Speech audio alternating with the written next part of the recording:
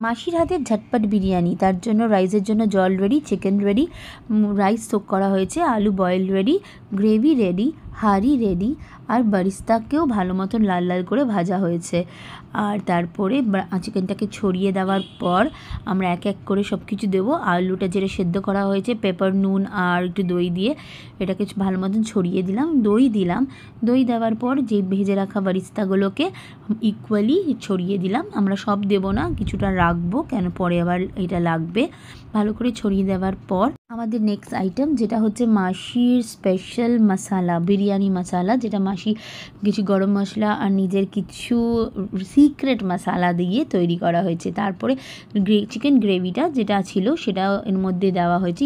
টেস্টটাকে বাড়ানোর জন্য একটু চিনি দেওয়া হয়েছে, এটা সিক্রেট। তারপরে রাইসটাকে দেখে নেওয়া হয়েছে, এটাকে হাফ ডান করতে হবে। তারপরে রোজ ওয়াটার, কেওড়াস, কেসর, ফুড কালার আর হচ্ছে মিঠা আতর যেটা নেসেসারি, এটাকে একসঙ্গে দুধ দিয়ে আর একটু ঘি দিয়ে মিক্স করে সাইডে রাখানো হবে।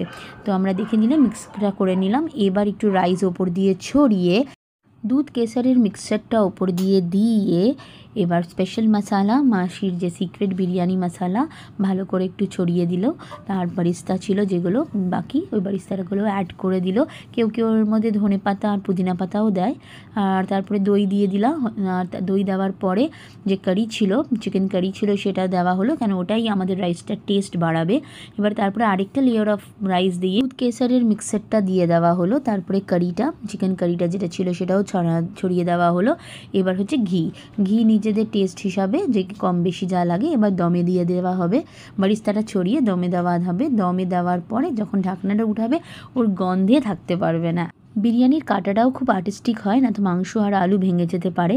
তো এখানে আছে 10 জনের হিসাবে বিরিয়ানি। তো মাসির হাতের বিরিয়ানি রেডি, ঝটপট বিরিয়ানি, ঝটপট রেডি, ইয়ামি ইয়ামি।